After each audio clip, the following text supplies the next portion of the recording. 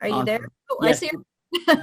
Let me say a quick little bio. So LaTrisha moved to North Minneapolis when she was 12 years old. She paid her way through school by working a variety of jobs like food service and assembly line. She was the first member of her family to graduate from college. And then 20 years ago, she decided to pursue her passion for public service by leaving. She left the corporate world and started working in community health. She's worked in North Minneapolis at North Point Health and Wellness Incorporated for the last 15 years and served as the director of health policy and advocacy. In 2017, she ran and then served for Minneapolis Park Board. During her tenure as the chair of intergovernmental and legislative committees, she worked with other elected officials and Northside community members to secure $5 million in funding for North Commons and an additional $3 million for the 26th Avenue North Trail connection. She spearheaded the creation of the Walt D. Zedick Innovation Fund, which fosters thoughtful, innovative recreation programs in Minneapolis parks. The fund prioritizes programs serving the Somali community, girls, and young women. She decided to run for the city council because she feels called to do more for our city and our world. Ward 4. The people of Ward 4 are struggling with the impact of COVID-19, increased violence, and unemployment. And I've had nothing but positive conversations with LaTrisha. Personally, I think her incumbent is someone that is really bad for the city, Philippe Cunningham. I'll say that publicly. I think LaTrisha's already shown an incredible ability to work with lots of different people to solve problems. And I welcome LaTrisha and thank you so much for being here. Thank you. That was great. I need to take you with me and I could eliminate like 5 minutes from my Done. Deal. From my intro. I will also add that my husband is into real estate and he's a landlord, and he told me that whatever you all tell me to do, I need to do it. So this is over. It's finished. I'm gonna do whatever you say. No, Well, I'm sure you've gotten an earful from him, and maybe you're about to get one from us too. So I'm going to ask you some questions that we've asked all the candidates we've been lucky enough to have here, and thank you for joining us. Really, we appreciate it. Thanks for having me. As local mom and pop rental property owners whose work is to provide quality, safe housing, we see a lot of proposals coming from the current city council as being harmful to small business operations. And they'll ultimately likely lead to less of a supply of affordable housing. What are some of your solutions to the affordable housing crisis that can create James Riley? Not only more Join the meeting. Renters, but also for housing providers? Okay, so I am, like many people in Ward 4, really afraid of some of these policies that are coming forward, because everyone in this ward does not want to be a homeowner. Some people are renters, don't really have the income to be homeowners right now. At some point, they probably will be. So some of the policies I want to pursue is making sure that we have support for the folks who are renters. I grew up with like Section 8, low income housing, but we not just like apartments, you know, like what I'm seeing happening is a lot of apartments, a lot of Ward 4 residents, like single family homes, and more than likely that'll be private landlords. So I want to make sure that we focus on policies that support families and their needs. So if they need a 3 or 4 bedroom single family home, I want to make sure that we're prioritizing those kinds of policies. I want to make sure that the city is providing their funding. You know, I believe we all deserve safe, secure, comfortable housing. I want to make sure that we preserve preserve those existing affordable housing focuses, like the 30 to 60% AMI, and with the special emphasis on units that are serving those below the 30%. Okay. That you may have just answered this question, but what would you do to help address housing costs in Minneapolis? That's it. You know, I see I'm getting ahead of myself, but I really want to focus on making sure that, you know, we're serving those that are at or below the 30% AMI. So what are your top 3 priorities to address in the upcoming term? Just overall, or you mean Yeah, focused like on housing? not just housing, like, I mean, Overall. Okay, always so the the first top thing, three are housing, but absolutely. So the first thing I'm hearing in Ward 4 is livability. Like I thought for sure everyone I talked to would be talking about public safety, but what I hear more than anything is livability. People are worried about fireworks, roads being cleaned, and potholes, nuisance properties, traffic concerns. So livability, public safety is a big thing, of course. I'm a strong believer in police reform. I think that calls to abolish the police or defund, that word is misused a lot, calls to abolish and defund the police, discount experiences of victims. And so public safety. And then the third thing is economic development. When I first moved to Minneapolis, we had thriving Black businesses. We had Target. We had 3 grocery stores in North Minneapolis. We had a nursery where you could go get your gardening supplies. And so I really want to focus on economic development and bring a lot of the stuff back to the ward that we haven't had in a long time. that would be great. If rent control or rent stabilization were to be implemented, what do you think it should look like? And would there be key issues you think should be addressed for either tenants or the housing providers themselves? Well, I'm against any policy that we can't come to some consensus on. And when I say we, I mean landlords at any level, if you own 1 property or if you own 50 properties, and tenants. I believe that, there's somewhere in the middle where we can work on this together. I do believe that rent control would affect Ward 4 in a bad way. It's not a good thing for Ward 4. Ward 4 is not as desirable as some other wards to build properties. And so I have a fear that, folks won't be so quick to build in Ward 4 with all the restrictions that are already, there's a lot of stuff that is already restricted for landlords and builders. And I think it would be an even bigger disparity for Ward 4 with some of these proposed policies around housing. I'm just going to be blunt and say it. A lot of the conversations I'm having are with young white kids who still live at home with their parents telling me what should happen with rent control. Like, how do you know? You don't even live on your own. You got to move out first and then talk about rent control and mortgages. Like, get out your mommy's basement and then tell me like how much somebody should be paying and what the landlord should be doing. So I'm really pushing back on this because I know people in the ward, and it creates like this hoarder lifestyle. Like, people are going to just hoard apartments at a certain rate, right? Like, we'll get a bunch of wealthy beer drinking, pants rolled up white men to come in and hoard up all the apartments at one rate, and then all the people who really need somewhere to live will be pushed to the suburbs. And that's not what I want. I want people who want to live in Minneapolis that look like me to have the ability to live in Minneapolis. And so I want to make sure that we have policies that are, I moved to Minneapolis, North Minneapolis, as a kid. I love North Minneapolis. My entire family lives in North Minneapolis. And when I think of these kinds of policies, I think about my family being pushed out of North Minneapolis. And that's a no-go for me. Some of them are renters, some of them are homeowners, and so I really want to make sure that people who look like me can live where they want to live in North Minneapolis and our city as a whole. Thank you. That was a really powerful answer. I'm going to ask a question that somebody asked Nancy earlier. It's just a great question. Based on your values, experience, and your goals for the city council, what other candidates or incumbents from other wards do you see as allies that you could work with to achieve your goals? So I would say that I'm unique as a candidate because my job at North Point as the Director of Health Policy and Advocacy has allowed me to build relationships with current city council members and to have working relationships with a lot of elected officials in the city of Minneapolis and the state.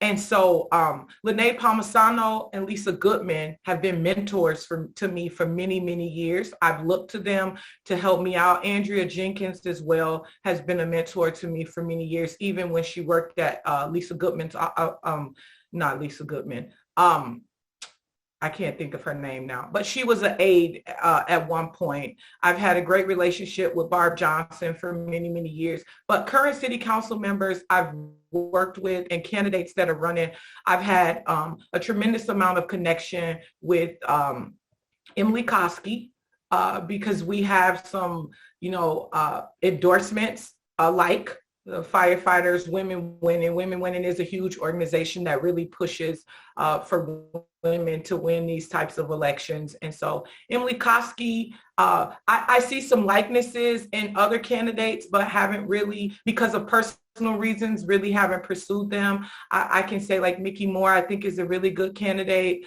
but I have two friends that he's running against, and I like to remain, out of that because they're lifetime friendships. I also like, Michael Rainville, I think he's pretty awesome. He and his family have done a lot for the North Side. I'm getting to know Nancy and learning more about Nancy and some other candidates. But to be quite frank, I'm really focused on my race. I think my race is a super high profile race. It's one to win. And like, I'm really, laser focused on what I need to do in Ward 4 to become the next city council representative. I want to vote for you for mayor. That, everybody says that, but my husband's not ready for that yet. When I told him I was running for city council, he said, "Are more people going to be coming over now?" Oh, that's great. The city promoted and allowed for licensed short-term rental property owners, or for short-term rentals. And many property owners invested in and abided by the city's rules and are now in a bind due to the new policy limiting short-term rental licenses to one per owner. What is your position on limiting short-term rentals? And when I say that, I mean VRBO or Airbnb. Mm-hmm. And would you support grandfathering existing short-term rental owners who hold more than one license? Absolutely, definitely. I would support grandfathering in. At my work on policy, I've had to adapt. I've come in with this idea that, we can move forward with the policy date. Sometimes that date is terrible. It's not good for the people who are going to be most affected by it. And so that's why I'm a fan of grandfathering. Sometimes you need to implement a policy, and those who have already been doing the work, especially if people have done, things to get there, and now you're changing the rules, you have to give them, you have to give them the grace of grandfathering them in. That's kind of why that's a thing, right? Like, that's why we grandfather people in, because they've done the work. They've they've lived up to what expectations we've had of them. So absolutely, I would definitely be open to grandfathering folks in. And then what was the other part of that? I'm sorry. It was that, and what is your position on limiting short-term rentals going forward? The short-term rentals are like Airbnbs, mm-hmm. And I don't know. I think people should be able to do what they want with their property. Like you buy it if you want to rent it out as a landlord. For I don't think it should be limited. I guess my understanding of it is like you need separate licenses if you're going to do like an Airbnb, and then you got to pay more. And then I need to better understand that. So what I'll say to that is like, I personally believe that people should be able to use their properties the way they want to. You're paying the mortgage on it, not me. If you want to use it for Airbnb, if there's a license fee, there's ways that we could work to help folks with those fees.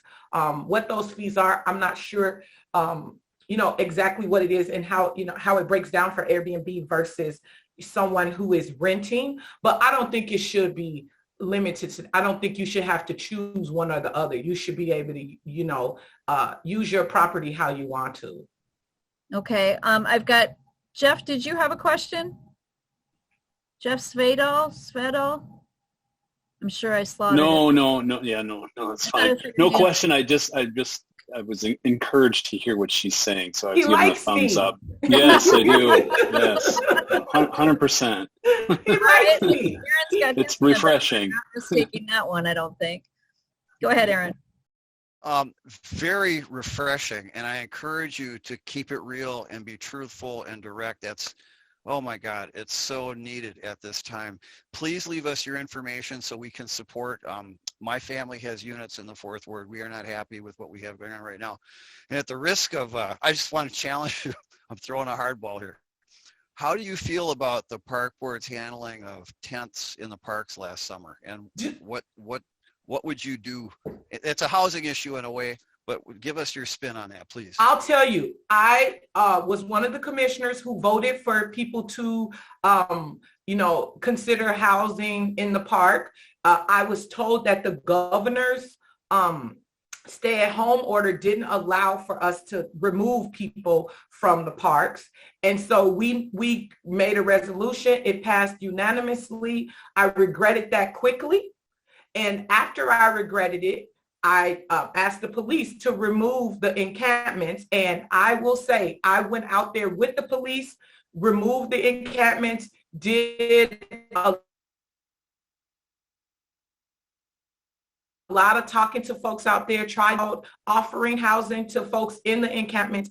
A park is not a safe place to live, no matter what. Like, it turned into a gigantic party in the parks. People need to live in a house with the roof over their head. That's exactly why we have housing. There's solutions that need to happen for everyone to have a safe and welcoming home, but parks are not what it is. I regretted it afterwards. I would not vote for it. I definitely was scared at times out there helping the park police clean up the encampments. But if I'm going to ask them to do it after passing a resolution, putting them at risk, then I felt like it would be good for me to go out and talk to as many people as I could that were living in the parks, to see what better way we could serve them. But the parks so is how I got a crash course in housing. That's when I really picked up the books about housing was with the park encampments. Those are the trouble cases. Thank you so much for being here and speaking to us. And please let us know what we can do to support your efforts, because we need you. Absolutely. Thank you. Thank you. So speaking of that, LaTrisha, how can we best support you? And if you become a member of the City Council, how can we best help you make informed decisions? So the last part of your question, the best way to help me make informed decisions is to always hold me accountable. Always know, no matter how hard the conversation is, even if it appears that we're on different sides, I'm open to talk and I'm open to compromise. I joke now because I'm older, but I'm a middle child, so I had to compromise. I have an older sister and a younger brother. There was no way I was getting out of compromising. Everything about my life was compromise and coalition building, for good, for bad, whatever. I had to bring them together, bring them along, sell the vision of my journey to them, and they would tell me what they wanted. And that's how I live my life. It's really about us working together. You all are the experts. I'm the expert so politics is really a popularity contest, right? Like, I'm the expert at getting ready, putting my lipstick on, curling my hair, and selling our message. You all are the experts at giving me what I'm selling for the better good of all of us. And that's the type of relationship I want to have. I'm going to lean on you to tell me what's going on. I'm going to tell you what I'm comfortable with or not, or if we need to go back to the drawing board and fix it. And I want you to be open to that, because I am. Like, I want us to work together. That's with any type of thing. Like, I want to work. Anybody who's married knows too. Like, you got to compromise if you're going to stay together forever, or if at least you think you are today. You got to compromise. You got to be willing to be open to ideas. I don't know everything, nor do I want to. My head is gigantic, and I don't need it to be any bigger if that means I know everything. So I want to work together. I want you to hold me accountable. I want you to not be afraid to tell me whatever you think you need to tell me, regardless of how you think I may view it. I'm always open to change. And supporting the campaign, of course, donations go a long way. I'm fighting an incumbent who is getting money from all over the country. He's a national figure. We don't know how much money he has. He's not good at his campaign finance. So, I don't know how much money I'm fighting up against. Anyone in the ward, please ask them to sign up and become a delegate for me. The deadline is this coming Friday for delegates. Somebody said they had tenants. Demand that they become a delegate for me, or the lease will be terminated. No. There's that. And then just support throughout the campaign. Share my posts, talk to your friends about me if they live in the ward or not. I think it's always good to just pull momentum from the city. We're all in this together. I'm running for Ward 4, but this is about all of Minneapolis. We're at a crossroads in Minneapolis. We have to pick which way we're going to go in this. So any type of support is good, rather that's, directing people to my website, donations, signing up to be a delegate. I need volunteers for door knocking and phone banking. All of that is welcome at LaTrisha for Ward 4. Awesome. Does anybody have any other questions? Aaron? And Leif, Aaron, would you let Leif go first? Because you just asked. I'm just throwing out peace signs and love. That's all. Thank you, LaTrisha. Thank you. All right. Go ahead, Leif. I was trying to pay attention earlier when you were answering the question of who have you worked with, who can you work with in the other wards. And I didn't notice anything about Ward 2. Are you familiar with any of the candidates at Ward 2, and have you worked with any of them? Who's Ward 2? Kevin Wright? Cam Gordon. Cam Gordon. Oh, so I'll tell you, Cam is a personal friend of mine. I used to live in Ward 2 for a really long time. Cam has also been a mentor of mine, and honestly, we've had a different opinion on a lot of issues. So our friendship has kind of changed. And the way, we support each other. But I have had a long time relationship with Cam. We were both the only 2 Green elected officials before I decided to run for the DFL endorsement. Do you know anything about the other candidates? I know Robin Wansley is running, but I don't know her. I've only been on a forum with her, but I don't know her personally. There's somebody else I think named Tom, never met him. I don't really know her. And then Yusra, I don't know Tom. And then Yusra is running for Ward 2 as well. The only person that I personally know is Cam Gordon in Ward 2. Thank you. You're welcome.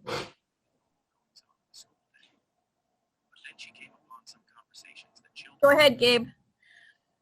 I just want to do another pitch, I guess. Now this is, I think, maybe the third or fourth time that we've had candidates come in front of our group and talk to us, and it is incredibly valuable.